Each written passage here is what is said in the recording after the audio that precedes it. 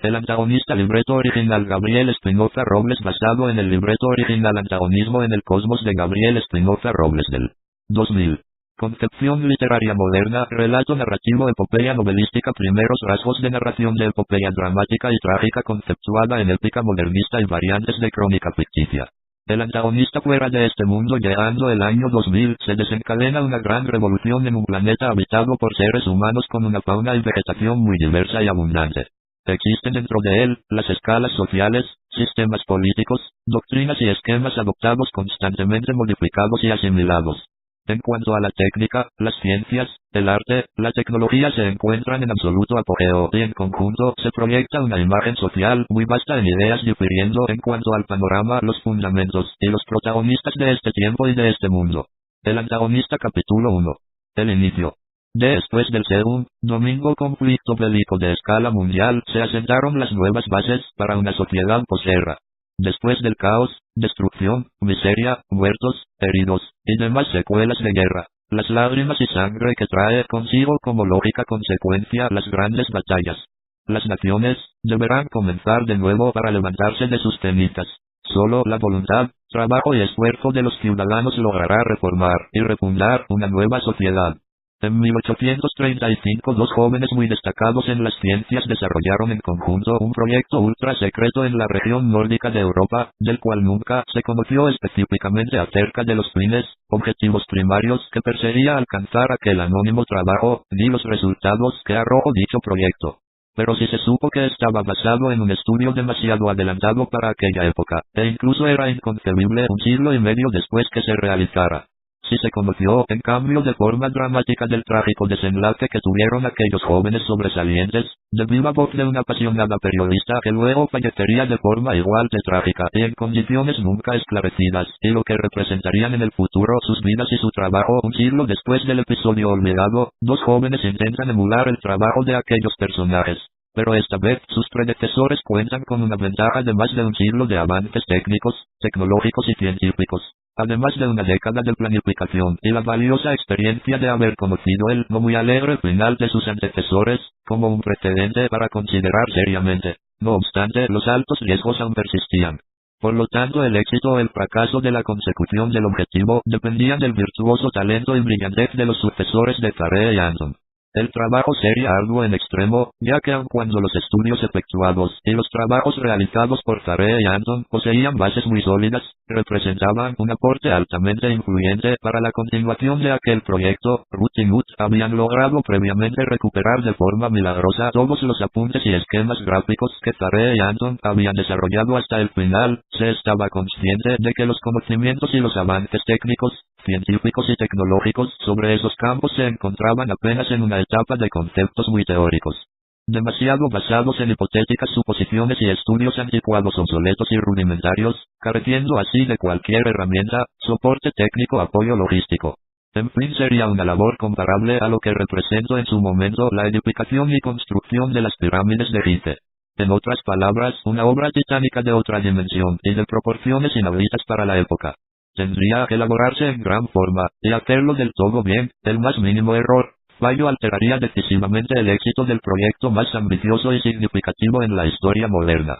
De obtenerse el éxito él mismo, podría tener importantes repercusiones para el desarrollo normal de esta especie y de este lugar en el universo. Ruth y Knut fundan en 1965 la nueva Sociedad Secreta de Antares, naciendo inicialmente para reunir los elementos de las mentes brillantes y más importantes de la Universidad Central de Nueva Nordia. Los integrantes en su mayoría jóvenes con mentes brillantes de trayectorias destacadas y apasionados visionarios. La convocatoria no contó con el respaldo esperado. Al final solo alistaron en sus líneas 16 jóvenes colaboradores, en su mayoría con severos problemas emocionales. Era lógico que no se tratara del equipo idóneo para realizar la ambiciosa visión de Thayer y Anton, a cargo ahora de Ruth y Knut. Ambos, aunque notablemente inteligentes y empeñosos, desprovistos de la experiencia necesaria para afrontar este tipo de hazañas. Era un nuevo problema que había surgido y debía solucionarse. Encontrar el personal idóneo o la misión abortaría. Fue entonces cuando conocieron de la existencia de una particular logia secreta. Se trataba de los últimos rezagos de la vieja sociedad de Thule reunificada por nuevos y jóvenes miembros.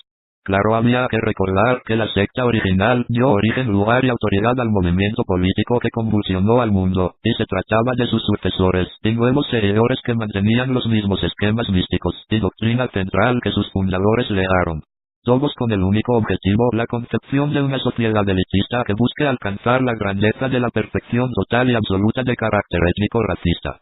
En fin, una finalidad siniestra en sus bases, que de inmediato sería motivo de odio, repudio, rencor y demás reacciones de execrar de parte de toda la sociedad, y de forma particular del clero religioso, ni hablar de las repercusiones sociales que traería consigo un dogma tan radical, que denota una connotación atea, hereje y maligna que no sería en nada de buen auspicio para los planes y proyecciones de Mut y Ruth. No era conveniente asociarse a esta oscura comunidad.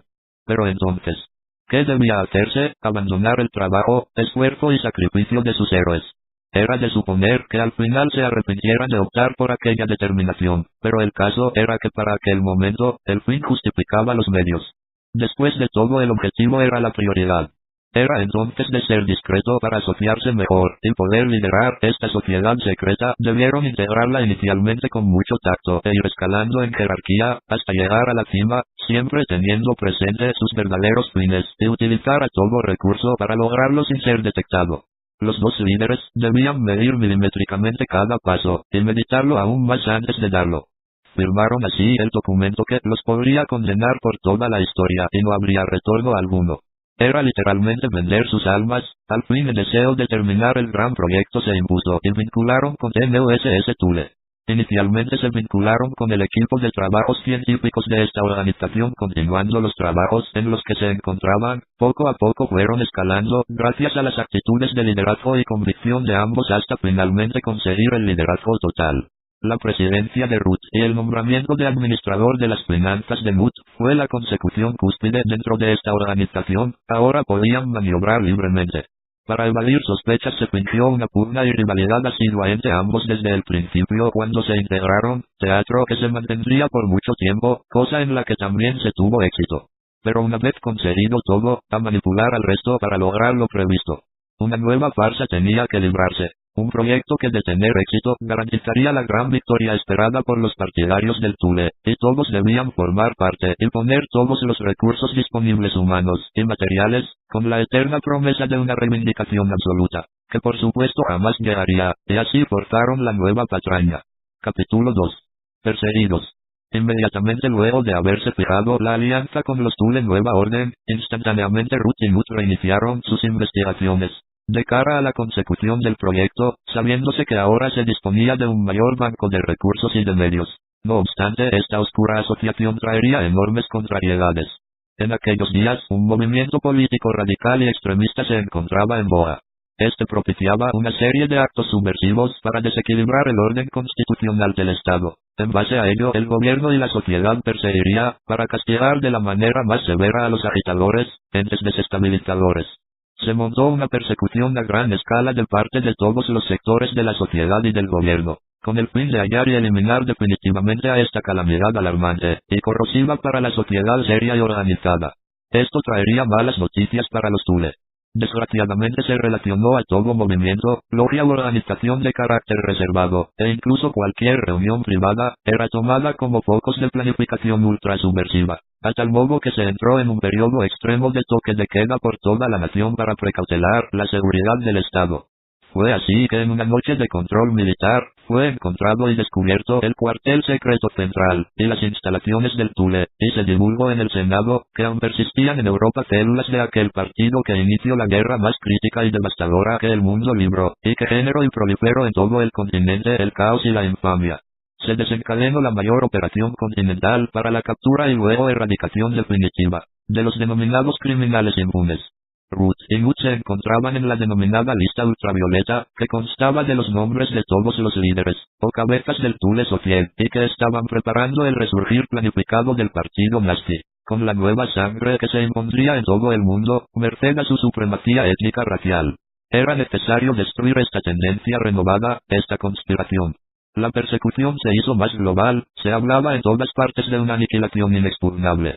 En los operativos muchos jóvenes inocentes resultaron muertos durante la búsqueda de los criminales, y otros recibieron condenas injustas que nadie se preocupó por investigar y aclarar. A todo el continente solo le interesaba encontrar a Klaus Van Eyck, fundador y co-líder vitalicio de la NEO-SS Thule.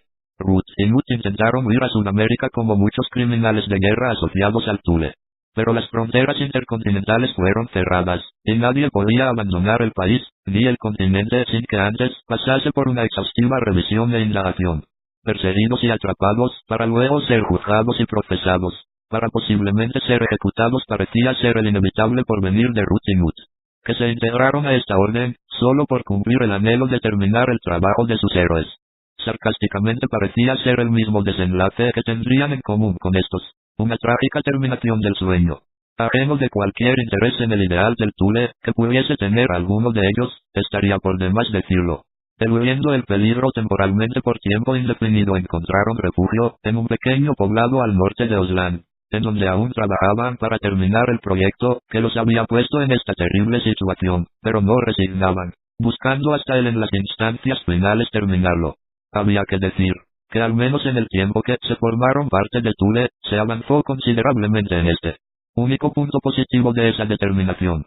En Nordia y Deutschherm las acciones de búsqueda y captura para atrapar a otros líderes del NEO-SS Thule y otros criminales de guerra se hacían más intensas.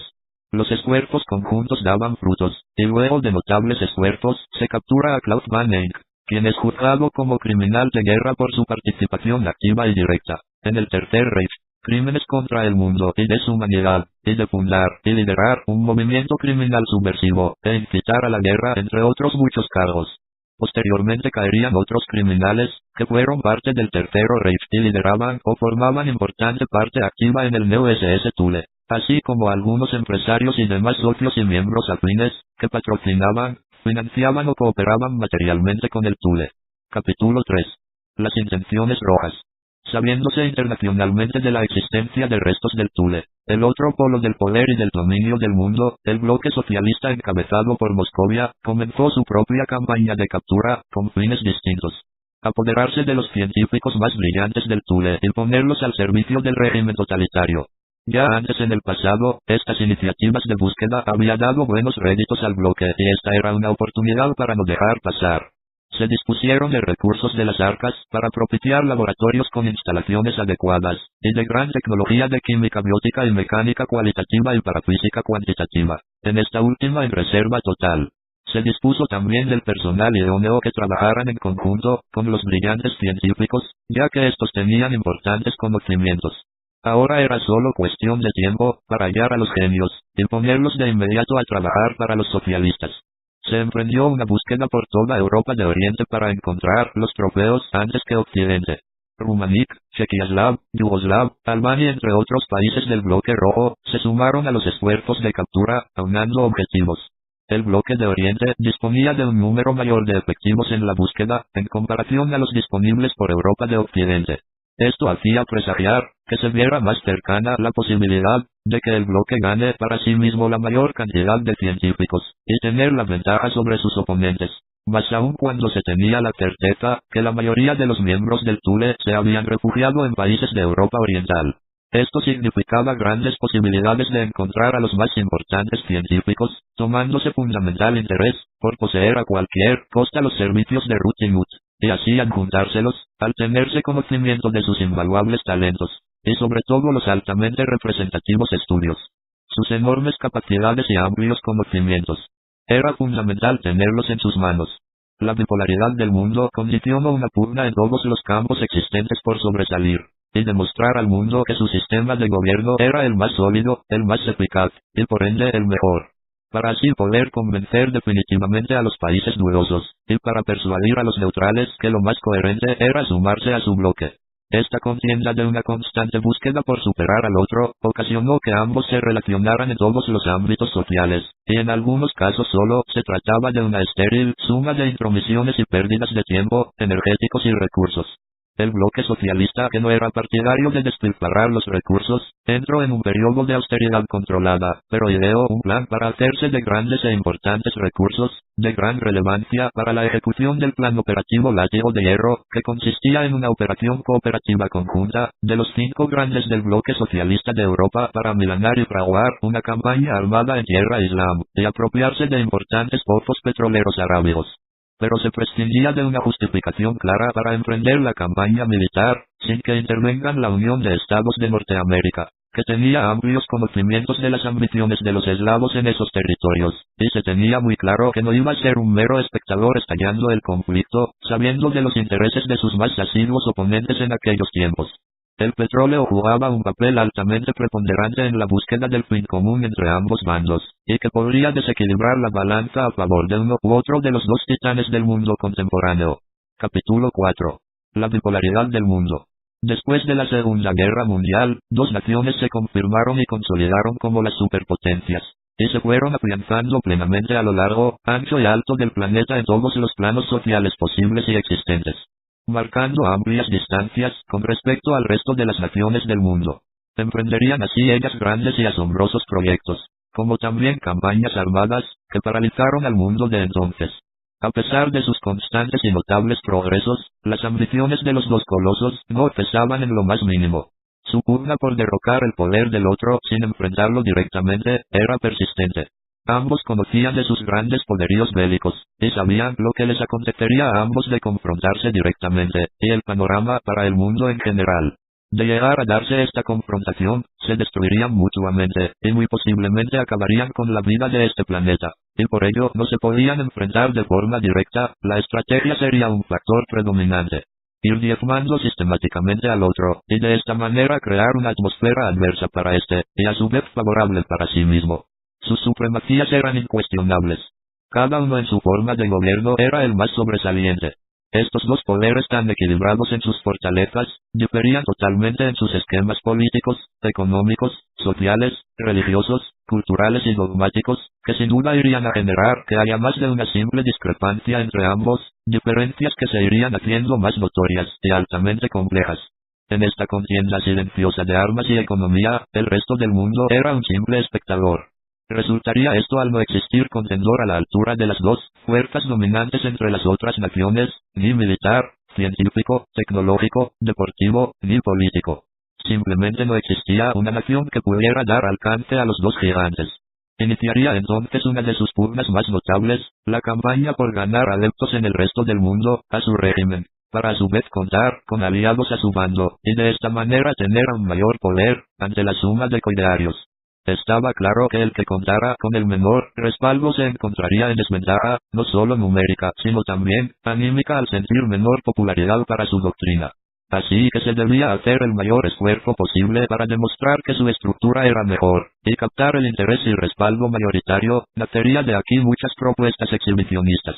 Pasaron algunos años de transiciones en Moscovia y Wen, cuando se escuchó internacionalmente la noticia de que, tras un cuarto de siglo del final del conflicto que dio origen a la división, y el reparto del mundo en los dos poderes ya nombrados, aún persistían los ideales de los que iniciaron la guerra, más cruda, destructiva y extrema de la historia.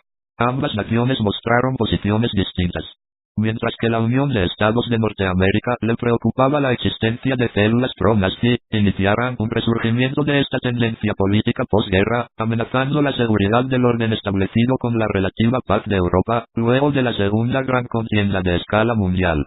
Esto significaría una muy posible dimisión de criterios, de negativas repercusiones para el continente europeo, y para el resto del mundo libre o asociado a su política. Esto daría paso a las iniciativas de búsqueda, captura y juzgamiento de los principales líderes de este retomado movimiento, para de esta manera evitar un eventual crecimiento de algún organismo terrorista y separatista nuevamente en este continente, que sería fatal hasta para sus propios intereses en juego.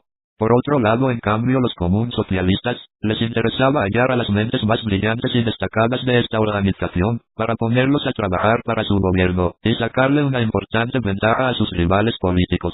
En la constante carrera científica y tecnológica que sostenían contra sus archirrivales, dándoles la posibilidad de superarlos en estas áreas, que eran determinantes para declinar decisivamente la balanza del equilibrio de poderes. No les preocupaba ni les interesaba el daño que pudiese ocasionar un movimiento militar organizado. De hecho, no les molestaba en lo más mínimo la idea, ya que más aún, les convendría que se pudiese suscitar un posible cisma político en Occidente. Les agradaba la idea, ya que esto acarrearía un daño en sus enemigos, que podría ser también un factor favorable. En esos momentos las cosas se les estaban dando a los rojos, y cuando se supo en Moscovia del acontecimiento, no dudaron y enseguida pensaron en obtener a los más talentosos cerebros que se encontraban en esta organización. Ahora solo se trataba de encontrarlos antes que los aliados lo hicieran. Para tenerlos en su régimen las cosas se podrían poner totalmente a su favor. Habría que esperar qué pasaría en los siguientes días. Los próximos acontecimientos serían decisivos en el rumbo del mundo. Primera parte. El origen. Una civilización sobresaliente. En un momento de la larga historia belicosa de un planeta llamado Alfa, solitario en vida de una galaxia denominada así por ellos mismos la Vía Láctea, existió un memorable momento de paz total en todas las naciones que formaban parte del mundo.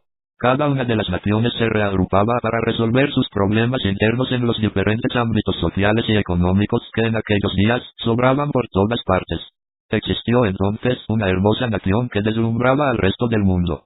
Sobresalía en todos los aspectos sociales, poseía una bellísima cultura rica en todas sus formas y manifestaciones, y su gente era bella físicamente estilizada y bien dotada, además de culta e intelectual, alcanzó así un renombrado desarrollo globalmente. Su civilización, aunque descendiente de un pueblo inculto, agresivo y bárbaro de la antigüedad, tenía ahora una identidad radicalmente contrapuesta a sus toscos antepasados. Eran sus hombres muy inteligentes, sabios, y de espíritu joven y noble, y sus mujeres dueñas de una gran belleza física, delicadeza, finura y elegancia a todo nivel. Partícipes ambos de una riqueza cultural muy destacada, y además gozaban de pleno desarrollo tecnológico y científico envidiable para esa etapa histórica. Su economía era sólida, lo que les facilitaba a sus habitantes un estilo de vida superior que acrecentaba aún más su estatus. Asimismo eran poseedores de grandes e importantes recursos nativos. Está por demás decir que su nivel de educación y preparación académica era ampliamente el más alto de la época con creces, y sus artes proliferaban elitistamente en todo el planeta. Su sistema político había alcanzado un alto grado de solidez y fortaleza que mediante acciones que denotaban grandes dotes de brillantez por parte de sus administradores que proyectaban gran confianza en sus habitantes. Este destacablemente alto desarrollo político, científico, tecnológico, artístico y estético en todas sus formas y sólido en su fondo darían lugar a una constante y floreciente civilización. Los llevaría a convertirse en la cuna de la cultura del mundo de esa época. Sus progresivos avances auguraban un gran y prodigioso futuro de todos sus hijos. La libre optativa de pensamiento y expresión de criterio facilitó la manifestación de todas las formas del arte y del saber filosófico y un plano de desarrollo social total muy destacable desde un punto de vista armonioso. Recordaría en gran medida a una gran civilización de la antigüedad, la Grecia clásica en su periodo de mayor esplendor. Eran muchos y muy visibles los atributos de la próspera nación nada belicosa y en extremo pacifista. El eco del desarrollo y de bonanza se hizo general en el resto del mundo y los pueblos no tan afortunados, ni tan brillantes, evidentemente no tendrían un surgimiento tan abismal en referencia a los anteriormente citados, pero de todas formas también florecería en ellos algo a gran escala, el sentimiento de inconformidad y de envidia muy arraigados en lo primitivo de su ser y atribuibles a su perdición. Por aquella época una nación descendiente de un imperio de prominente pasado, no gozaba ahora del mismo estatus que tendría en antaño, ni en la brillantez del pensamiento de sus predecesores, y su saber se había perdido secuencialmente. Pero sí en cambio persistía su ímpetu de conquista y su agudeza combativa. Planificadamente emprendería una feroz campaña de reivindicación armada agresiva con consignas partidarias algo obsoletas, o al menos fuera de boga en esos días, que se esmeraban retomar con mayor fuerza y mística que en antaño. Era imperativo aunar esfuerzos para recuperar la otrora momentos de gloria y el característico derroche del más renombrado y poderoso imperio del mundo antiguo, y cuyo legado sería defendido por los autonombrados y dignificados conquistadores que con el grito ave a los nuevos cesares tomada como consigna triunfalista. Una política de conquista seria la clara tendencia dogmática a seguir de ahora en más. Y como mecanismos y medios la fuerza y las armas. Esta agresiva consigna sería solo el inicio de una secuencial sucesión de acontecimientos que el mundo contemplaría y el futuro y la historia habrían de juzgar y se lamentarían gravemente. Segunda parte. Los vientos de caos siempre surgen. Renacimiento siniestro. La entonces superpotencia la OEN enfrentaría serios problemas partiendo de una enfermedad que aparecería de la nada y que tomaría la vida de millones de personas, una crisis económica que explotó al desplomarse el mercado bursátil y la bolsa de valores, la epidemia que tomó auge trajo consigo muchos males y una inédita crisis política, el imperio del norte de Occidente. Todo el daño que se generó en la UN trajo repercusiones en todo el mundo, principalmente en Occidente. Esto fue lamentable y complejo para el mundo en general. Los países aliados también terminaron siendo castigados por la plaga en cuestión, y sus economías se notaban frágiles, y al igual que el poderoso gigante se sentiría con fuerza en los aliados. Fue entonces que muchos países optaron por ser parte de mafias en negocios turbios, y caer en una anarquía generalizada hasta que las bases del orden y de la moral estaban destruidas. Todo esto creó una dispartición de poderes en todo el mundo y un auge de delincuencia no prevista. La posición de la Iglesia decayó hasta el fondo, y como era de suponerse, la sociedad en general sería escoria en valores humanos. Todo este panorama desalentador generó dolor e incertidumbre para asociar al malestar general de la población. El mundo no sabía a dónde dirigirse, y los líderes mundiales no atinaban una sola medida acertada. La oscuridad parecía sumar al globo por completo, y no había quien pudiera sacarla del lugar donde se encontraba. Para colmo de los males, las condiciones climatológicas adversas y contradictorias no permitían la libre producción y distribución de los recursos naturales. Era cosa de no creer, pero estaba pasando en verdad. Tantas y todas esas calamidades, y eran reales. En fin, esta era la cara del mundo. Capítulo 5. El resurgir de Antares. Después del segundo conflicto bélico de escala mundial y del inicio de la Guerra Fría, dos jóvenes visionarios, Ruth y Knut, fundan, inspirados en sus héroes Tare y Anton, lo que originalmente se llamaría la nueva Sociedad Secreta de Antares, cuyo objetivo original ya se trató anteriormente. Después de su fracaso y casi olvido, se retomó con nuevos aires, y dirigido y sucedido por otras personas. Sus nuevos miembros trataban de rescatar la doctrina original del Thule, con los cambios necesarios para ajustarse a las nuevas expectativas del mundo. Disponían de las instalaciones que Ruth y Knut habían construido, y donde habían trabajado, así como de algunos apuntes, utilizados durante sus investigaciones. El nuevo dogma era fundar y asentar las bases sólidas, para abrir la brecha y dar paso a la aparición y consolidación de una civilización, que en el futuro llegaría trayendo consigo grandes adelantos, científicos, tecnológicos y culturales para la humanidad, y liberar del suplicio que padecía su pueblo en el presente, viniendo de la mano consigo la salvación y reivindicación de su etnia. Inicialmente los restauradores, jóvenes en su mayoría, verían frustrados sus anhelos. Tenían siempre presente a Ruth y Knut, quienes tuvieron que abortar todos sus proyectos, tras no contar con el apoyo del resto de sus coidearios, y quienes a su alrededor tenían un mal fin al terminar. Tuvieron, similar al de sus mentores Tare y Anton, con la muerte de estos dos mártires asesinados por la ignorancia e incomprensión de sus congéneres contemporáneos, y que cuya consecución de su objetivo, el elemental primario, a final de cuentas no lograría capitalizarse. No fue hasta más tarde cuando en 1972, otros jóvenes entusiastas decidieron retomar el reto, y refundar la nueva Sociedad Secreta de Antares. Ellos se sentían muy identificados con Ruth y Knut, así como sus maestros Tare y Anton, pero también eran asiduos partidarios de la Sociedad Thule, y querían retomar los trabajos de los jóvenes científicos, que serán mártires para ellos, y el dogma de los Thule. Unificando las dos ideas, eran tan fanáticos al ideal de Thule, como admiradores de los grandes esfuerzos desplegados por sus héroes. Querían retomar la visión de los jóvenes talentosos bien y en grande. Pero esta vez querían completar el hasta ahora adverso y esquivo trabajo de sus predecesores, y de los que los antecedieron a estos jóvenes emprendedores. También tenían como misión de rescatar la sepultada e históricamente condenada Sociedad de Thule, para reiniciarla con nuevos rostros. Unificar ambas ideas bajo la nueva Sociedad Secreta de Antares era el objetivo inicial. Tendrían en ellos la idea de crear una sociedad de talentos de élite y preparados para encargarse de llevar a cabo la culminación del objetivo del proyecto de los anteriormente citados, y de llevar a cabo la visión de aquellos jóvenes emprendedores tan recordados, y la de sus discípulos igualmente inspiradores, tan presentes en mente como estudiados. El nacimiento del hombre nuevo por los ideales superiores, que lograría sobrepasar todos los límites conocidos, y capaces de superar todos los desafíos posibles, y que consiguieran establecerse en este planeta y perpetuarse en la posteridad. La creación de una sociedad basada en una civilización, es decir, la aparición o nacimiento de una nueva raza humana, y con ella el nacimiento de una nueva era para el mundo propio de la doctrina Thule.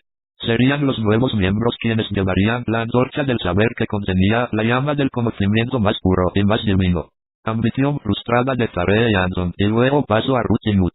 Sin embargo, como había acontecido en el pasado, tanto el proyecto como la permanencia de aquella sociedad secreta desde su inicio estaba condenada y confinada a abortar debido a la falta de los fondos necesarios para continuar los trabajos de que se prescindía y poder continuar las investigaciones necesarias. La ausencia de inversionistas importantes y la falta de apoyo y compromiso traían complicaciones monetarias.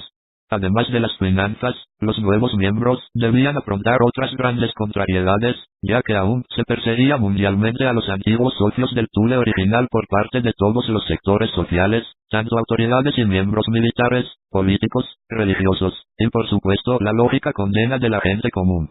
La mala fama que había ganado el Thule a perpetuidad, era algo que no se podía ignorar, y como naturalmente heredaban como seguidores de Ruth y Nut. Todo indicaba que por tercera vez este proyecto no solo no se terminaría exitosamente, sino que aparentemente todo hacía presagiar que terminaría de forma decisiva y que finiquitaría drásticamente aquel hasta cierto punto noble propósito. Inicialmente Carey y Anton, genios precoces movidos por sus ideales limpios y desinteresados, tan perseguidos y hostigados por la chusma inculta e intolerante a las ideas nuevas de la época. Tan leales a sus convicciones y su proyecto y fieles a la doctrina científica, genios emprendedores visionarios y gente de ciencia.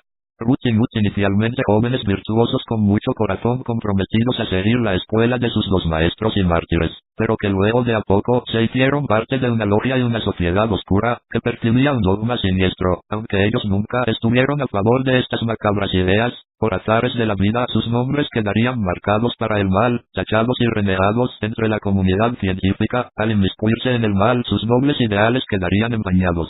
El legado de estas dos generaciones heredaría su final. Un final decisivo para cualquier aspiración futura, se vaticinaba para ellos los nuevos miembros, que esta vez sería definitivo. Todo daba a augurar que sería un final tajante al sueño de cuatro mentes brillantes de dos épocas distintas, que trabajaron en algo demasiado grande como para que sus sucesores desearan culminar el trabajo. Jamás estarían a la altura de las expectativas trazadas, y la falta de visión y perspectivas de éxito, además de la perversión por la influencia de un dogma malévolo que corrompió a los nuevos partidarios. Lamentable y triste por la juventud, el esfuerzo, los estudios y el conocimiento que junto con sus vidas se perdía irremediablemente. ¡Qué gran desperdicio! Capítulo 6. Una nueva era comienza ahora. Cuando todo parecía perdido para Antares aparece en escena un personaje inesperado. Ese era el momento clave para la decisiva y brillante presentación del individuo más brillante y carismático del que se haya tenido registro alguno. Titán, coloso, gigante, fenómeno, monstruo o genio, ningún adjetivo sería suficiente para definir y descifrar ni designar el virtuosismo más puro, el cual no escapa de ningún elogio, digno para valorar, cuya presencia generaba un ambiente de confianza indescriptible para sus compañeros y desmoralizador para sus adversarios que se veían insignificantes, eclipsados y opacados ante tan formidable maquinaria y entidad intelectual. Una verdadera mente maestra fuera de este mundo. Sería él quien a base genialidad innata y de un intelecto sin paralelo, ingenio, astucia y talento natural juntos. No solo se encargaría de salvar y renovar valerosamente el proyecto y trabajo que tanto revuelo había generado y el trabajo al que se habían dedicado haciéndose parte activa de él y de quienes formaron parte de ello. Además, gracias a sus acciones maestras conseguiría una cadena de aciertos no fortuitos. En la consecución de los fondos esenciales para emprender futuros proyectos a escalas magnificadas y para expandir el proyecto a extremos inimaginables, los líderes anteriores, además de no sentir envidia al verse amilanados, se notaban desbordantemente y gratamente entusiasmados de tener a su lado tan importante y determinante persona. Antares pasaría de ser una oscura sociedad secreta, sin futuro al borde de desintegrarse, de una logia común desapercibida y clandestina para convertirse en una poderosa corporación de escala mundial temible. De una orden de científicos místicos y desorientados a una impresionante mega cadena de consorcios corporativos. Múltiples centros e institutos científicos de desarrollo tecnológico y científico y de capacitación íntegra y total que fluían por todo el planeta sin límites que sorprenderían y revolucionarían al mundo entero. Una destellante pléyade de estrellas en las ciencias globales. La más ilustre y notable de todas las generaciones de científicos dirigidas y organizadas por el mayor de los talentos que harían convulsionar al mundo entero. Una constelación de supernovas que harían la nueva historia humana con sus logros y avances científicos, con sus descubrimientos, revoluciones y conquistas científicas, un impacto que el mundo sintió con totalidad. El estremecimiento en las estructuras de todos sus esquemas. El poder económico, científico y bélico se imponía al desbancado otrora poderes político, religioso y militar ya obsoleto. Una victoria total en las manos de la más poderosa corporación de la historia. Eran los dueños del mundo, dejando descontada las fuerzas armadas de todas las naciones aliadas. A continuación, la consolidación del más vasto imperio corporativo de la historia. De aquí en más el planeta no será el mismo jamás. El misterioso líder, cuyo nombre se tuvo por mucho tiempo en hermetismo, finalmente salió a la luz por un oscuro capítulo y se hizo público ante el asombro del mundo civilizado entero. El nombre del hombre que descollantemente conmocionó, transformó, revolucionó y conquistó al mundo era de dominio público. Capítulo 7. El nombre del hombre. Cuando todo el mundo se preguntaba esto, el nombre del individuo más sobresaliente del que se haya conocido, salió a la luz de un grito de muerte de una apasionada periodista que buscó conocer la verdad y llevarla al mundo para que todos sepan quién era en realidad el sujeto del que tanto se especulaba. Con el último aliento de vida alcanzó a promulgar a voz viva, por primera para el mundo y última vez por ella. Después de una sangrienta persecución que terminó con la vida de esta gran investigadora, alcanzó a sacar a la luz de este ser de descomunales virtuosismos. Abel Siegfried, también conocido como Abel Sigfrido o el ave de Sigfredo en otros países. Este es el nombre de aquel genio que en tiempo inaudito, armó aparentemente de la nada, el imperio corporativo más sólido y poderoso del mundo. Este Abel Siegfried, del quien tampoco se conoce de su origen, del cual solo se abunda en especulaciones, hacen referencias muy vagas sobre su pasado. Cuando solo tenía 22 años, comenzó su cadena de hazañas y proezas memorables dignas de un héroe mítico. Participó y ganó todos los eventos competitivos, dentro de todos los campos de las ciencias. Nominado y ganador de todos los premios más importantes otorgados a sus descubrimientos tan radicales, récord en número de competencias ganadas por esfuerzo y empeño. Todo se ve superado por el talento que vence en todos los planos y campos a todos los adversarios que le aparecen y que sobresalía más que ningún otro científico desde que se otorgan menciones honoríficas por logros destacados. Triunfador en todo lo que emprende y realiza. Hablar de su trayectoria es hablar con letras mayúsculas del camino dorado, una interminable lista de solo éxitos cosechados en esta prodigamente histórica. También se lo definió como un invencible monstruo que devora a sus adversarios y toma todo lo que se le ve en gana. En Oriente y Occidente su supremacía se impone ante quien sea. Lideró tremendas batallas ante los adversarios más tenaces e imponentes que puedan existir, derrotándolos sin esfuerzo. Se impone con autoridad, presencia y carisma. Los halagos nunca son dignos ni suficientes a la hora de hablar de él.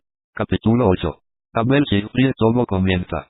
El genio e ingenio de Abel Siegfried, ya en antaño en su camino dorado tuvo muchos adversarios a quienes venció sin clemencia, pero algún día tendría a un rival a su altura y proveniente de su misma patria. En 1982, asume la dirección y liderazgo de una entonces organización secreta de Antares a los 18 años de edad. En 1982, vence a Thomas Johnson y a Klaus Vancouver en el Premier World Science Junior Institutes, con la participación de jóvenes talentos representantes de todo el mundo con su proyecto de reanimación celular vía electrolisis, el descubrimiento más destacado en la biología y la química. En un evento que contó con la participación de 5.000 científicos de todo el planeta y cuya final fue televisada en 200 países. Ese mismo año, gana el Tamequer Apolo, dádiva que se le otorga al talento más destacado en este campo de la biología. También se le otorgó el Caldeo Alquimista, galardón que se le asigna al científico con mayores progresos alcanzados en la química durante ese año, así como el Premio Internacional de Medicina. En 1983, derrota a Tetsuo Hirohito y a Dan Chong Lao en el Intercontinental Premier de las Ciencias Físicas. En 1984, gana el New World Genius Masters en todas las ciencias por su brillante descubrimiento Revolución de Galaxias.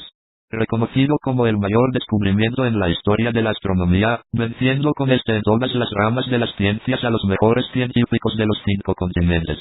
Ese mismo año, se le hace otorgamiento de 10 honoris causa de las mejores universidades del mundo, se le condecora y es reconocido mundialmente como el mayor genio de la historia por el Gremio Internacional de Científicos y por la Asociación Mundial de las Ciencias. Se le da el nombre de el genio de todos los tiempos, sumando a sus 22 años 5 premios mundiales de las ciencias, un Premier World Science Junior Institutes, un Intercontinental Premier de la Física, un New World Genius Masters, un Premio Internacional de Medicina, 10 honoris causa. además de numerosas dádivas y reconocimientos de los diferentes comités y asociaciones científicas de todo el mundo. El respeto, la admiración y la alta estimación de la comunidad científica se sumaron a los logros antes mencionados. Al cumplir los 22 años de edad, Abel Siegfried había ganado todo en el campo científico. En 1986 se desafía de la comunidad científica para sorpresa del mundo. 1986 es el año de la consagración del mítico Abel Siegfried, y se consolidaría de forma imponente ante todos. Lograría a cargo de la pequeña sociedad secreta a la cual él asumió el liderazgo cuando ésta se encontraba a punto de desaparecer. Bajo su administración, vio crecer hasta convertirse en la gran corporación que desplazaría a todas las demás empresas, convirtiéndola en la más poderosa del planeta. Comienza su gestión asumiendo la presidencia de la nueva corporación, como su líder absoluto. Como líder absoluto, lleva a cabo proyectos de nuevo orden y establece una política de expansión y la reestructuración del área de Nueva Nordia, la sede de la corporación. La retomada y vieja ambición de establecer un orden estándar, corporativo y global. En 1988, en su campaña de expansión, se adjunta la adquisición de muchos consorcios rivales, constituyéndose en el monopolio globalizado, acabando con décadas de competencia y mercado libre. La crisis de los 80 afecta la producción, y los mercados mundiales sufren la gran catástrofe demencial mundial de 1986. Trajo consigo una crisis de niveles apocalípticos. El fin de dos imperios y la caída de las estructuras políticas y económicas precipitarían el ascenso del poder del ente corporativo. Capítulo 9. El cielo escribe la historia, la gran tragedia. El ZIRZ-Damer es la respuesta a todo. Era el verano de 1986, parecía ser ya un verano indiferente. Sin embargo, del cielo descendió de forma grosera un insulto en agresión que hirió de gravedad la tierra. Millones de vidas perecieron el impacto de la caída del cometa Cherokee y sus profundos azotes en Oriente, una catástrofe de palabras mayores. Todos los últimos acontecimientos favorecerían de forma determinante a Abel Siegfried, quien era la cabeza del ya entonces dominante imperio corporativo. El ZIRZ-Damer, logro capital de Abel Siegfried, queda de forma indiscutida al total control del mercado mundial de souvenir, medicamentos, dotaciones, provisiones, reservas, equipo técnico, etc. Al quedar destruidas las fuentes de sus ya débiles competidores, en otras palabras, a cargo del bienestar de todos los seres vivos. A partir de entonces, y a continuación de los últimos acontecimientos tan trascendentales, se proyectarían y se conseguirían las grandes conquistas que darían gloria y honor al cada vez más próspero producto de Abel Siegfried, todos los éxitos que alcanzaría de ahora en consiguiente la más arrasadora corporación de la historia. La gran maquinaria que se asentó y apoderó del dominio económico consistente del mundo. Y su alto estatus bien ganado y enmarcado por su sólido régimen financiero, el dominio económico del mundo, que lo consolidaría como el más destacado en la producción y la industria del planeta. Capítulo 10. La consolidación. Ya a 1992, han pasado 4 años de la consolidación del ZIRZ-Damer, y el consagrado Abel Siegfried se convertía en el hombre más poderoso e influyente del planeta, dueño de las empresas más importantes del globo y con una fortuna más allá de los sueños de la gente, con su grupo de socios, coidearios y personal que no vacilaban en eliminar aquello que representase una amenaza por ínfima que ésta se presente para el grupo corporativo y que represente algún obstáculo en el futuro. Y para ello se creó un organismo especializado para buscar y cazar a quien o quienes se manifiesten como un riesgo aparente y real para el ZIRZ-Damer. En 1994 Abel Siegfried inicia una nueva era para el ZIRZ-Damer con su ya confirmado poderío total. Se pretendió instaurar una política muy radical, ahora debía demostrarse su poderío militar, así comenzarían las campañas bélicas, las conquistas debían extenderse a nivel territorial, había que expandirse en el espacio físico y este era el momento propicio para comenzar la conquista del lejano oriente. Una fuerte maquinaria bélica y estratégica se desplegaría para librar las batallas más extremas en las guerras por el dominio y expansión de su territorio. Episodio 11. Onda de choque. Una vez iniciada la nueva campaña de conquista bélica de Oriente, la decadente Wen tenía demasiados problemas para intervenir directamente en el conflicto. Azuko Matsuida, general del ejército de Taipon, sería quien dirigiera las fuerzas del ejército del Imperio del Dragón, quien conjuntamente con Tao Konbao, general del ejército de Corea, y Mu Song-hu, general supremo del ejército chino, con un ejército que supera los 100 millones de hombres a su leal e incondicional servicio.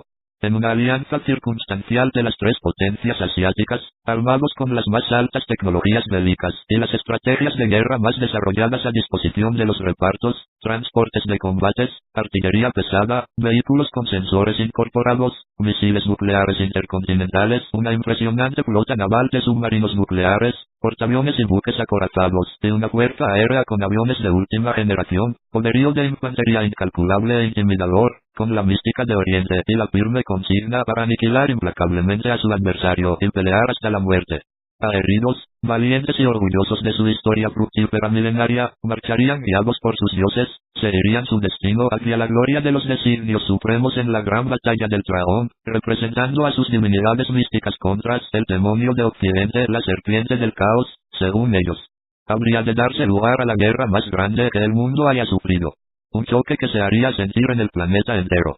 Un impacto de tremendas proporciones tendría lugar de ahora en más, y cuyas consecuencias serían devastadoras. Nadie podía saber si se prolongaría por años la contienda, con batallas largas y sangrientas para los fuertes de ambos bandos, o sería de rápido accionar y mayor impacto directo e instantáneo. La verdad, nadie podía afirmar con certeza ningún tipo de análisis seria concretamente fiable.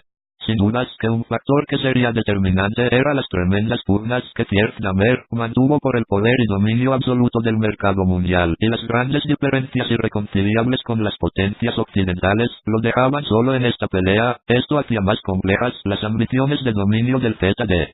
Los miembros del Consejo de Guerra del antiguo Thule Soviet debían replantear las estrategias frente a un rival al que no se le podía derrotar de forma fácil, tomándolo a la ligera. En 1996, ya en el apogeo del conflicto, ambos ejércitos presentaban grandes e importantes bajas y daños severos en sus estructuras militares. Las tecnologías y estrategias quedaban a segundo plano y las místicas y consignas se mostraban dudosas en ambos bandos. Los síntomas de deserción a continuar una guerra larga, sangrienta y devastadora se hacían más evidentes en el Thiers-Dahmer, y Abel Siegfried conocía de lo duro que es vencer a los orientales en su terreno. El panorama no era tan prometedor, ni alentador como al inicio. Llegando 1998 sería cuestión de meses para que ZIER-Z-Dahmer abandonara temporalmente hasta segunda orden la campaña de invasión, conquista y dominio de Oriente, dando por terminado oficialmente la guerra por el momento, aunque nadie pensaba lo segundo. Terminando el pleito con la firma del Tratado de No Agresión Mutua firmado en Tebas, finalizando el tercer trimestre del 1998 el así llamado Tratado de Sareco. Después del conflicto, los asiáticos terminaron más perjudicados, dañados, como para intentar algún contragolpe, quedando este descartado totalmente. Después del fallido intento inicial del dominio de Oriente, se inició una nueva política del Thiers-Dahmer, reactivando el proyecto Amos del Nuevo Orden.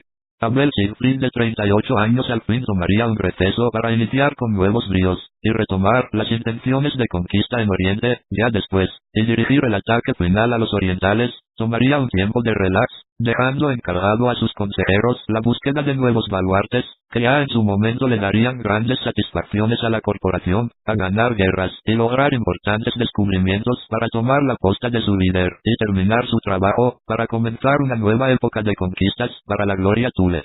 Episodio 12. Las alas del futuro. Proveniente también de Nordia, tierra natal de Abel Siegfried, otra mente prominente, pero de crucial oposición a desacuerdo con Odin Burnap es un científico y empresario que se aventura a tierras lejanas, más específicamente a el nuevo continente, para fundar y financiar una organización destinada a descubrir, desarrollar y explotar los talentos más brillantes del mundo. Para competir con su homólogo de Nordia, busca como de lugar patrocinar a las mentes más sobresalientes y los atletas más destacados del mundo, todos jóvenes de menos de 21 años, para optimizarlos y tener la ventaja contra su oponente, naciendo así el Neo Genius Institute Winston Monroe, a cargo de los mejores mentores, capacitadores, científicos, técnicos y especialistas del mundo anti-Thule, todo de un común fin, estableciendo su sede en la cima del Monte Voluntad. Desde allí se realizó la selección de los elegidos, mediante un previo exhaustivo estudio y valoración de las referencias de cada uno de los expertos, para su posterior convocatoria y avalúos generales en el desarrollo optimizado. Al final, estos fueron los nombres finales para ser parte del proyecto. Europa Atenea. Edad 19 años. Nacionalidad helénica. Especialidad: deportes, bellas artes, lectura, historia de la política. Trayectoria: Primera campeona olímpica multidisciplinaria, 6 medallas de oro en los Juegos Olímpicos de 1996, en las disciplinas de natación 2, 200 metros libre y 200 metros combinados, atletismo 2, 100 metros y salto alto, gimnasia 2, barras asimétricas y potro. Premio Internacional al Deportista del año 1996. Nace en Atenas, hija de la familia más célebre de toda Helenia, proveniente de familia de personajes y nombres ilustres, descendiente de la más alta élite de toda Europa, becada para el Newton Institute de Cambridge, egresada con la más alta puntuación en la historia de la preparatoria más prestigiosa y exclusiva de toda Europa, 1000 puntos sobre 1000. Considerada la artista de las bellas artes más talentosa de toda Europa, es a su vez el máximo exponente artístico y deportivo del mundo. Amante de las artes griegas, es la más renombrada figura artística del viejo continente, practica deportes de contacto y lectura analítica. Temari Patos. Edad 19 años. Nacionalidad hitita otomana, especialidad. Lectura veloz, política, historia y estrategia militar. Trayectoria. Joven política destacada, la mujer política y política en general más joven de la historia. Formó parte en el gobierno de la UEN. Vencedora de las elecciones de 1996 del distrito Ankara, hecho inédito en la historia de la política mundial. Política de gran proyección y eficacia. Considerada el mayor baluarte en la política juvenil del mundo, tiene a su haber todos los logros y méritos con los que sueña todo joven político. Premio Internacional al Político más destacado del año 1996. Nace en River Plate durante un viaje de negocios, hija de padres turcos, vive su infancia en Egipto hasta cumplir los 12 años para comenzar sus estudios en Oregon. A los 16 años retorna a Egipto para formar parte del gobierno de Estado de Giza. Ante el asombro del mundo, cumple una brillante gestión hasta la caída del gobierno a causa de la derrota del país en el conflicto con Sierf Namer por los territorios no delimitados, terminando así su carrera en la política de Egipto. En ese año regresa a UN para formar parte del gobierno. Sana Ukarina. 19 años. Considerada la revelación del año, es reconocida como la máxima exponente del saber en su país de origen, genio precoz premiada en múltiples ocasiones por su brillante trayectoria. Jaime Bell. 19 años.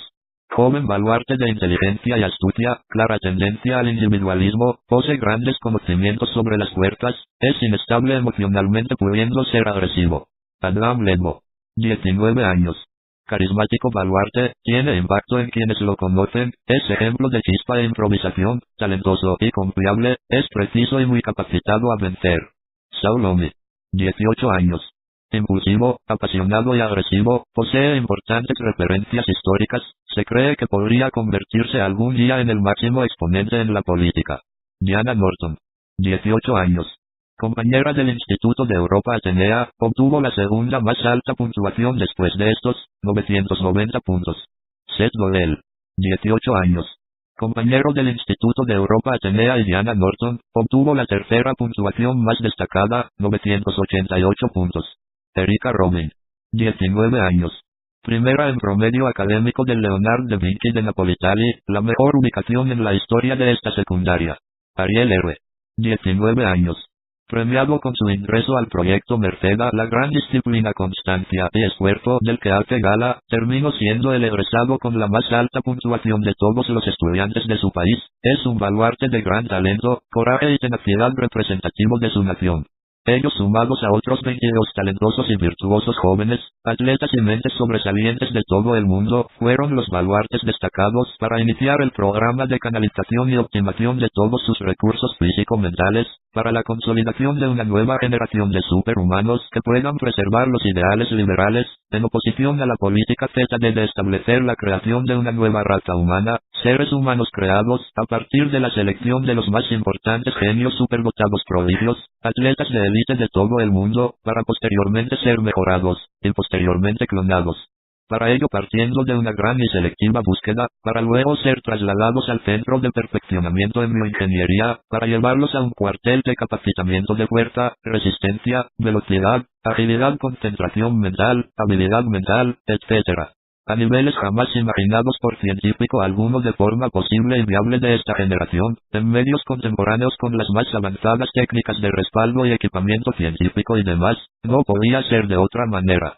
El resultado sería la creación de seres que solo existían en las historietas de los cómics de superhéroes, abrumadores en inteligencia y destrezas físicas y mentales. El proyecto estaría a cargo de la IN. En biología físico-química, doctora Zinova Atlerkova, la persona más calificada del mundo Tule, y dirigido por Odein Purnav, científico superdotado y gloria del deporte de su país antes que ZD existiera. El plazo de la obtención del objetivo del proyecto, la nueva sangre superhumana, era de 7 años, a partir del primer día de introducción de los jóvenes baluartes. Mientras tanto, el proyecto de la corporación Namer desarrollado y a cargo del Consejo Thule era aprobado por este y con la total potestad del segundo, para iniciar el proyecto Dioses de Nordia. Nordia Gods Project, la introducción a los nuevos maestros de la nueva era. A través de la selección y reprogramación de los más sobresalientes hijos de los mejores soldados del ZD. Era previsto un enfrentamiento eventual entre los representantes de las dos propuestas y escuelas tarde o temprano, por parte de los equipos de trabajo, quizá con el futuro del mundo en disputa. Episodio 13. Inicia proceso Las Alas del Futuro. Una vez iniciado el proceso en las instalaciones del Monte Voluntad, no había sorpresas. Europa Atenea es, sin duda, el mayor exponente de todo el grupo reunido. También son destacables las performances de Ariel, Temari y Erika, se convirtieron en los mejor puntuados del primer mes. Cabe destacar que los 32 talentosos jóvenes estaban divididos en dos grupos bastante distantes en ubicación física, no se veían las caras entre grupos establecidos, cada uno ocupaba un edificio, el bloque 1 con Europa, Temari, Ariel, Kai, Madame, Saul y Sana a la cabeza y el bloque 2 liderado por Erika, Diana y Seth, respectivamente, destacando la natural y asidua rivalidad en el género humano, por la supremacía absoluta, y el liderazgo de ambos grupos. Era lógico que también en el programa existiera una dura pugna.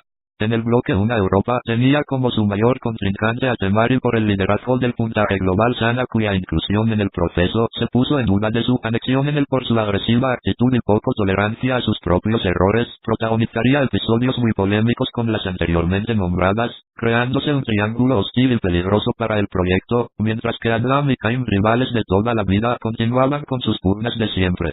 Mientras tanto, en el otro frente del bloque 2 Erika, quien disputaba el primer lugar del grupo, tenía como amenaza la alianza de Diana Norton, Seth Doyle, Tom, Artemisa y Sonia, todos provenientes del mismo instituto, que se las ingeniaban para sacar a Erika del programa. Al término del segundo mes, llega la segunda calificación. Europa, Erika y Temari obtienen los mejores puntajes de los evaluados. Sana es expulsada del programa a consecuencia de sus últimas acciones. Esta sería reemplazada por un integrante del bloque 2, que sería a su vez sustituido por un alternante para el grupo del bloque 2, así emparejando nuevamente a 16 integrantes por grupo. Este hecho traería gran controversia al no conocerse nada del nuevo postulante, generando mucha controversia entre ambos bloques.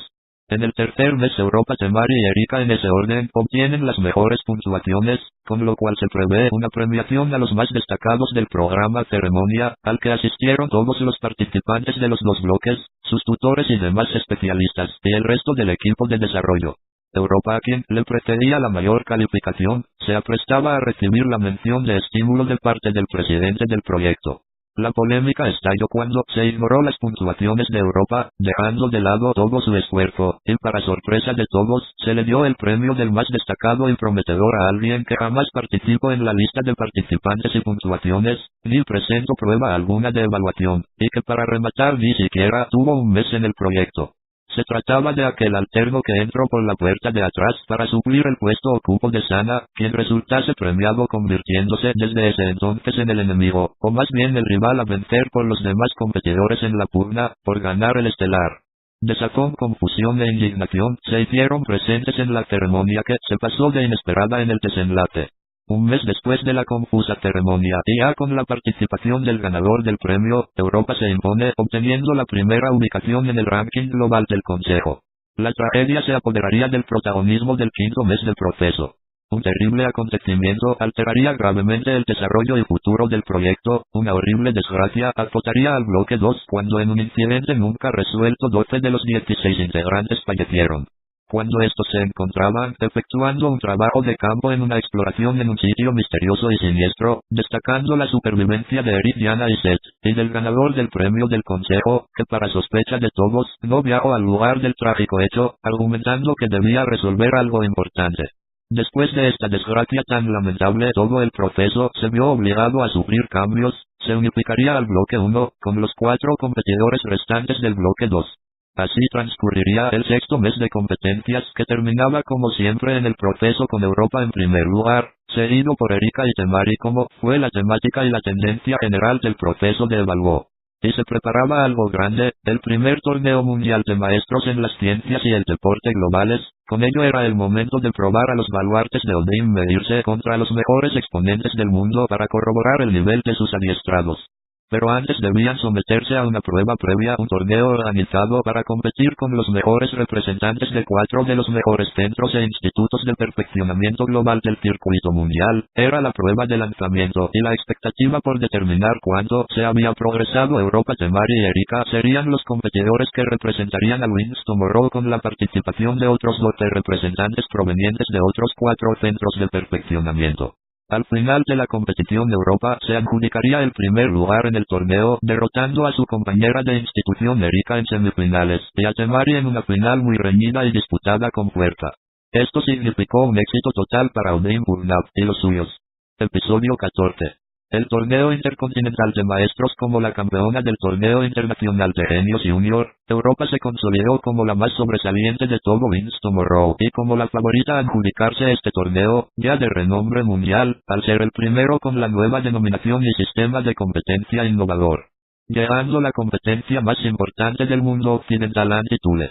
Todo el continente se preparaba para torneo mundial de maestros, ahora llamado el American LORD, con la participación de los 128 mejores exponentes de la capacidad humana provenientes de distintas partes del mundo para obtener la primera ubicación, y con ello el alto prestigio de la comunidad científica y deportiva.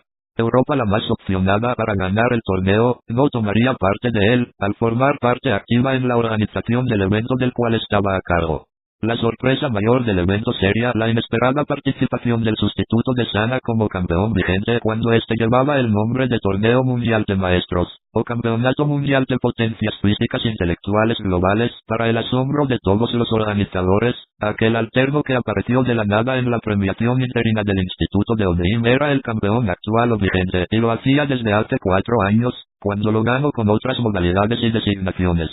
Mayor sorpresa cuando llegó a la final, misma que perdió, gracias a una determinante interferencia de Europa, que no visualizada por absolutamente nadie, otorgándole el campeonato a Ariel, cuando estaban empatados, casi terminando la muerte súbita, luego de la prolongación adicional al encontrarse el marcador 6-6.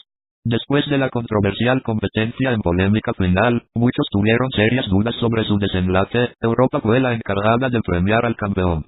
Luego de algunos torneos comprendidos en los siguientes meses, Europa continuó su ascenso vertiginoso, obteniendo nuevos e importantes triunfos y logros en diferentes torneos. La supremacía de Europa se hacía cada vez más evidente.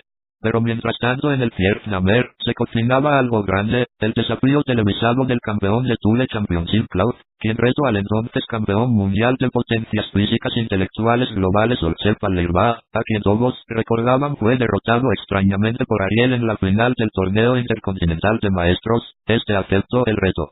Desde Malmo el evento fue televisado para todo el mundo bajo la organización impecable del Vietnamer, un récord de audiencia para ver cómo lo que pareció un monstruo invencible derrotó de forma inobjetable a su rival, con marcador de 6-1 ante la eufórica concurrencia que con música de fondo victoriosa vieron arrasar a su héroe con su rival, que lució bastante desmoralizado luego de la competencia. Todo el evento fue visto íntegramente por el Instituto Wings Tomorrow, que asombrados vieron el tremendo poderío del guerrero del ZD, ante un oponente fuerte. Algo de incomodidad se percibió en el ambiente. Meses después, el todavía campeón mundial de potencias físicas intelectuales globales Olcep, dependería el prestigio de su título después de lo de Malmo, un nuevo desafío y un nuevo rival, el campeón interino del Vietnamer, el imponente e intimidador Joter, otro evento de gran organización, cobertura y recepción mundial. Ante la histeria global de los nordios, nuevamente el local se impone a su rival por 7-2 ante la música de victoria de los locales. El Vietnamer había mostrado al mundo su poder, y nuevamente el Instituto Wings Tomorrow se sumía en la sorpresa y algo de miedo en el ambiente. Al margen de estos acontecimientos, Europa continuaba su escalada de éxitos en el torneo internacional de Genios Junior. Europa nuevamente doblegaría a Temari en la final, repitiendo lo que conquistó un año atrás. Emotiva final del campeonato de Europa, derrotando a la campeona continental en duelo inédito. La cadena de victorias continuaría, y la llevarían a convertirla en la más brillante estrella del mundo, en la figura más talentosa del planeta. Se acercaba el segundo torneo intercontinental de maestros. Ariel como campeón debía demostrar, porque él era el campeón, y comenzaría la defensa de su título que había logrado, y con la aparición de nuevos exponentes en el terreno las cosas no serían tan fáciles, más aún con la ya anticipada participación de Europa, quien no había podido participar el año anterior por ser una de las organizadoras en el torneo más importante del continente, sumadas a las participaciones de Temari y Erika, y la presentación de una nueva competidora que daría que hablar en adelante. Iniciaba así el tercer American World Championship, que tenía como campeón vigente a Ariel, quien se mantenía en reserva durante los preliminares. Un torneo lleno de participantes muy variados, tuvo como máxima figura a Europa, que en célebre final venció al campeón de Oriente en un encuentro muy atractivo, ya que este venía de eliminar a Ariel campeón hasta ese momento. De esta forma Europa se consolidaría así su hegemonía absoluta en el mundo. Continuaría así Europa la ola de éxitos que alcanzaría aún más fama y renombre gracias a su ingenio. Se adjudicaría así nuevamente el torneo internacional de Genios Junior, ya por tercera vez consecutiva en los torneos organizados. Nuevamente gana el campeonato de Europa por segunda vez consecutiva, logrando bicampeonato. Una campaña perfecta que terminaría en la descollante participación del torneo intercontinental de maestros, el American World Championship, que tendría nuevamente participantes de élite en la realización del evento, que contó con una cobertura televisiva sin precedentes, para observar cómo Europa se consagraba campeona nuevamente del torneo más importante del continente. Se podía decir que el ego de Europa se encontraba en lo más alto, más aun cuando los medios le daban el seguimiento merecido a sus éxitos. Episodio 15. El gran desafío. Pero cuando en un mejor momento se centra uno, los desafíos y compromisos a venir son mayores, o al menos este sería el caso de Europa. Pierre Damer, celoso de los grandes logros obtenidos por Europa, y el Instituto Winston Monroe, lanzaron un reto de enviar a sus dos superestrellas a competir contra su gran campeona en el próximo torneo internacional de maestros, amenazando de cobardía el no aceptar el reto. Oldham Burnap manifestó que no solo estaban las puertas abiertas para los representantes del ZD, sino para cualquier postulante a desafiar, haciendo alusión al rumor de un posible proceso de desarrollo similar al del ZD por parte de la Europa Oriental encabezado por Moscovia, Chechia, Yugoslav, Rumania y Albania. El desafío fue aceptado como si tratase de una invasión. Hofer y Cloud, los temibles oponentes, estaban listos para llegar al suelo del Nuevo Mundo, y con una sola consigna, humillar a la escuela de Oldham y causarle un daño grave a la moral de él y la de sus seguidores y simpatizantes de todo el mundo, y causar un gran impacto, demostrando que no existe otro poder más que el Pierre Damer. Ariel, Temari y Erika estaban dispuestos a no dejar caer todo el peso de la responsabilidad y la presión sobre su líder Europa, así que se prepararían para afrontar este tremendo desafío a la altura de las circunstancias. Otros importantes participantes serios eran Sana, quien fue parte del equipo de Oldham, y que ahora formaba parte del proceso de desarrollo del bloque rojo, algo prematurado, pero con la intención de degradar a sus ex compañeros. Y el otro, el ex campeón mundial de potencias físicas mentales globales Olcev, que actuaría como agente libre o independiente, al no estar afiliado a ningún centro de desarrollo desde que dejó el instituto de Oldham hace 2 años, y que había estado inmerso en los viejos dominios indios de Norteamérica, para su entrenamiento. Además de ellos otros 120 participantes de todo el mundo, representando a sus institutos y centros de capacitación dirigida y el deseo de ganar, y con ello la gloria máxima para ellos y sus naciones. Se estimó que la organización del evento competitivo contó con la mayor recepción televisiva de la historia. 200 países disfrutarían del evento organizado de la mejor forma posible, con lo último en tecnología de televisión en cuanto a las instalaciones, las mejoras técnicas para permitir el desarrollo óptimo y fluido de cada una de las competencias y de los participantes. En fin, ya se puede uno imaginar qué infraestructura y despliegue tecnológico estaría detrás de este memorable evento, incluyendo musicalización, pirotecnia, pantallas colosales, etc. Inicia el torneo, todo lo dicho antes quedó atrás, los primeros enfrentamientos no son tan espectaculares, hay mucho en riesgo, no hay espacio para errores y especulaciones, la presión sube tremendamente en las instancias finales, los representantes del Pierre Damer, como era de esperar, se pasean al no existir oponentes reales para ellos. Igual cosa acontece con Europa, tan acostumbrada a participar y ganar torneos, está bastante fuerte. Ariel a las duras llegando, Temari y Erika y los demás alumnos del WT quedan eliminados prematuramente. Atención que llegaron los momentos de infarto. Europa, que hasta ahora se bañaba en un lecho de rosa, se mide con sana, tanto tiempo de no verse las caras, y la marcada rivalidad que sostuvieron en la época de WT, a pesar del gran deseo de derrotar y opacar a Europa, esta se impone con total dominio y pasa a semifinales. Klaus, una de las cartas ganadoras de ZD, apalea a su oponente como un formulismo del protocolo, y a semifinales, su compañero y rival Kotler, piensa ya en su batalla contra Europa, que va a ser la batalla, menosprecia a quien tienen enfrente en este momento antes de su encuentro con Europa, esto es solo un trámite, apabulla y humilla a su rival, y en semifinales. Los dos genios del ZD, dan cátedra de eficacia, aplastando a sus rivales. Pero la batalla más esperada está por comenzar. Ariel, ex campeón y primer campeón de este torneo, se mide con el ex campeón mundial de potencias físicas, intelectuales y globales, como se la conocía a este torneo antes de los cambios que sufriera con el tiempo. En fin, es la segunda vez que se ven las caras estos dos brillantes gladiadores. Recordar lo que pasó en la primera final de este torneo, cuando Olchev era el campeón mundial entonces. Se miran fijamente, se siente una gran rivalidad entre estos dos, el hebreo se mide al egipcio. La batalla comienza y es extraordinaria, nadie cede terreno, ambos pugnan en gran medida, pero en épica lucha el egipcio Olchev se impone ante la euforia del público, de ver el duelo de dos titanes dejarlo todo, es meritorio para los dos, pero Olchev para las semifinales. La expectativa es monumental en este momento, ante el esperado duelo entre Europa y Kotler, como dice el público, el dream match. Para sorpresa de todos, lamentable para el espectáculo, los que esperaban esta gran batalla no será. Europa ha sido descalificada al comprobarse su arbitraria y determinante acción que perjudicó al entonces campeón Olchev en la final del torneo celebrado hace 3 años.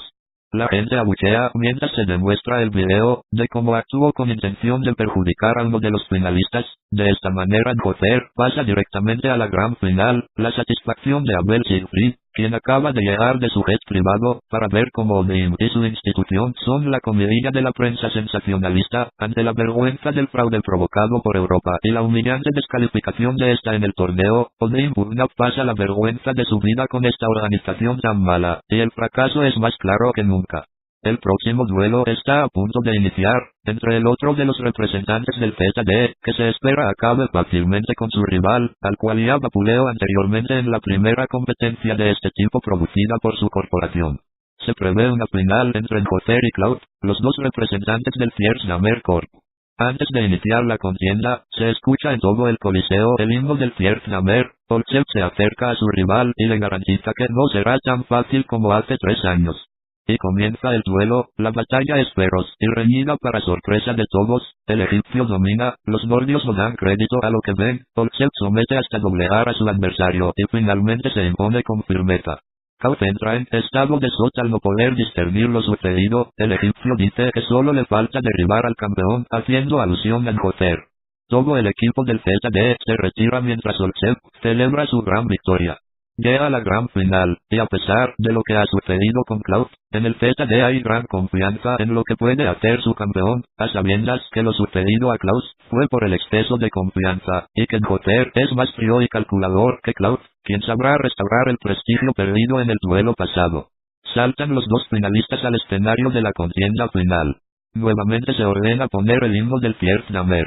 Olchev se acerca a su rival indicando que él es el verdadero campeón y que se lo va a demostrar a él y todo el mundo de una vez por todas, mientras Kotler lo mira indiferente.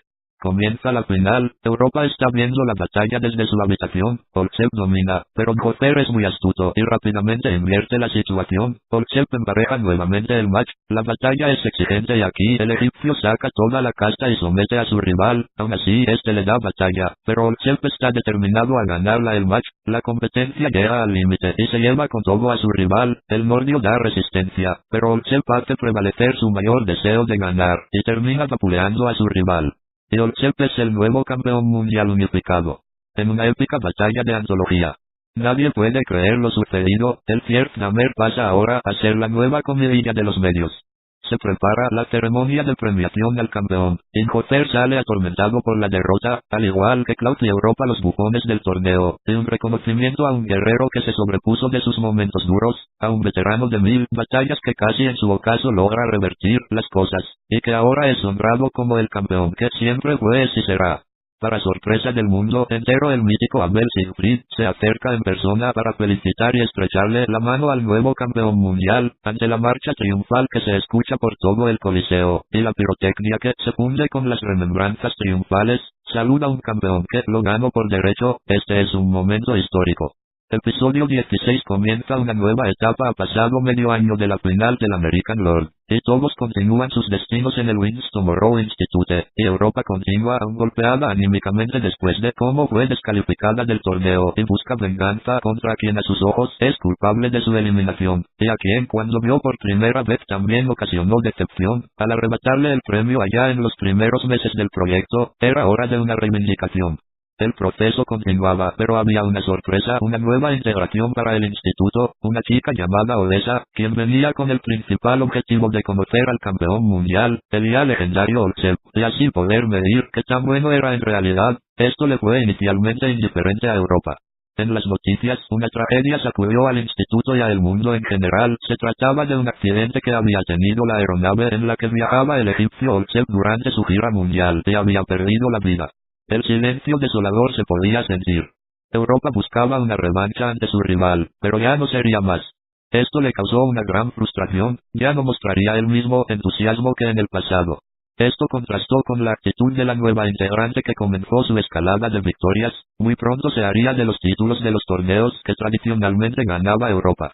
Después de participar en el American Lord, Ariel tomaría un descanso para visitar a sus familiares.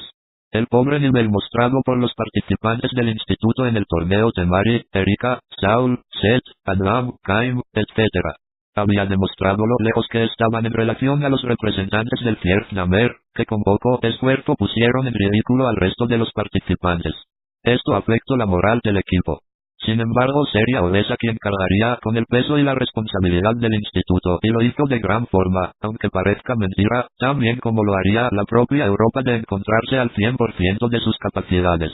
No tardaría en ganarse el reconocimiento de los medios, y ganaría el torneo internacional de Genios Junior, y el campeonato de Europa, ganando ambos torneos en gran forma dentro del instituto, y ya con el regreso de Ariel, se disponían a elegir al mejor exponente de Winston Moreau en competencia. Temari enfrentaría a la mejor figura del momento, la genial Odessa. Esta no tendría el más mínimo problema para vencerla. El retorno de Ariel le devolvería la confianza perdida a Europa, y encararía por fin un desafío desde el American Lord. No tendría el menor problema para imponerse ante sus compañeros. Y así se llegó a la final Europa versus Odessa, las antiguas glorias, contra la nueva figura. Un verdadero choque de fuerzas parejas. La batalla es demasiado pareja y llega a las prolongaciones adicionales, e incluso a muerte súbita sin ganador. Finalmente terminando en empate, el resultado final disgusto a Odessa, que abandona el instituto después del enfrentamiento. La confianza retorna al instituto y la moral sube. Fue entonces cuando aparece una nueva cara, otra chica de nombre Nemesi con habilidades equiparables a las de Odessa, y con el objetivo de lograr lo que la anterior no logró, vencer a Europa, a quien se le ordena tome vacaciones obligadas. Mientras ésta se ausenta, Nemesi toma total control del instituto, no tarda en ganar torneos, hasta que finalmente logra obtener el torneo internacional de Genios Junior y el campeonato de Europa, ambos ganados en gran nivel. Al regreso de Europa, Nemesi le envía un desafío en el campeonato interino. Se organiza el gran torneo esperado. En este evento, como el año pasado, se organizó en reserva y Nemesi toma el protagonismo y en semifinales bate fácilmente a Ariel. Por su parte, Europa también llega a las finales con gran facilidad y llega a la final. En la gran final, Nemesi le dice algo a Europa, comienza el choque, y es igual de parejo que el que tuvo el año anterior. La misma Europa ante Odessa, nuevamente llega a adicional reposición, y a muerte súbita. La lucha es demasiado pareja, pero esta vez afortunadamente Europa gana en el último punto por un margen casi inexistente, por lo exigido de la contienda, pero Europa gana. Iracunda Nemesi deja el instituto y regresa la moral y el espíritu de buen ánimo al instituto. Episodio 17. El renacer. La era de los torneos y competencias han terminado. Es hora de poner en práctica y al servicio de la humanidad los adelantos en bioreprogramación biofísico-químico y los avances en todas las áreas, para emplearlos en la solución de los problemas del mundo contemporáneo. No hay más competencias para Europa, Ariel, Temari, Erika, y los demás. Ya estos están conscientes de la nueva responsabilidad de trabajar en conjunto para afrontar las grandes amenazas de que desafían la existencia de la humanidad. para salvar el ambiente y a la humanidad de las enfermedades, anomalías climatológicas y demás calamidades que azotan al mundo. Empleando todas sus habilidades superhumanas para ayudar a los demás, esa es la nueva política de Odin y su equipo. Por otro lado, la tradicional consigna dogmática del Thule en el Fjerðdamr sigue su esquema de producir en masa. Para sorpresa de todos, Abel Siegfried se dirige al Consejo Central del Fjerðdamr constituido por Gother, Cloud, Odessa y Nemesi, quienes se habían infiltrado exitosamente en el Instituto de Odin Burnham. Y se prepara a presentarle a su nuevo presidente. Para sorpresa de todo, el egipcio Olchep, quien luego de ganar el American Lord, llegó a un acuerdo de contrato con el Thule, y para evitar su afiliación total al ZD, debía fingir su muerte para el mundo. Abel Siegfried explicó los motivos de su decisión de abandonar la presidencia del ZD, acusando el padecimiento de un agudo mal que lo acongojaba. El nuevo presidente tomaría las primeras decisiones para pulir el camino para la invasión final de Oriente. En la campaña que había sido postergada. Finalmente, lo que en su momento sonó como un rumor, se constituyó en una realidad. El bloque rojo ya tenía consolidado algo comparado al Fjerðdamr, cuya cámara estaba encabezada por Thor, Orión, Jaina, 3 hijos de 3 héroes legendarios de la Tierra Eslava, y Sana, una infiltrada del Instituto Winston Morrow. Fue cuando estalló la guerra final de Oriente. El Fjerðdamr estaba decidido a tomar lo que deseaba desde hace tiempo atrás. Casi inmediatamente estalló otra guerra. El bloque rojo quería anexarse a algunos territorios del Atlántico por sus importantes recursos, y los tendría como de lugar. Mientras todo esto pasaba, Europa, Ariel, Temari y Erika trabajaban por aliviar las plagas que habían caído sobre África, conjuntamente con la UN. Cuando se difundió la noticia ante el horror de que la Tierra sería azotada por un cometa de dimensiones de potencial extintivo para el planeta, la suerte estaba echada. Europa, Ariel, Temari y Erika perderían la vida tras la caída del meteoro Cherokee 2. Este terminaría acabando con toda la vida en el planeta. De las ruinas salió el único superviviente, el egipcio Olchep, quien contempla la destrucción, el caos total, y lo desértica que ha quedado el planeta Alfa. Finalmente logra visualizar un globo terráqueo semidestruido, con la leyenda "Mi poder es total", haciendo alusión a lo insignificante que resulta el hombre, y su planeta en general, en comparación con la infinita dimensión y complejidad de la creación del cosmos. Y fue cuando entonces finalmente el orgulloso Olchep se arrodilla, e implora perdón y misericordia a los cielos por sus acciones, y las de los demás seres humanos perdidos por la catastrófica hecatombe extintiva. Estas serán las palabras finales de algún ser humano sobre la ya desértica tierra. Este es el final. El antagonista Gabriel Espinoza Robles.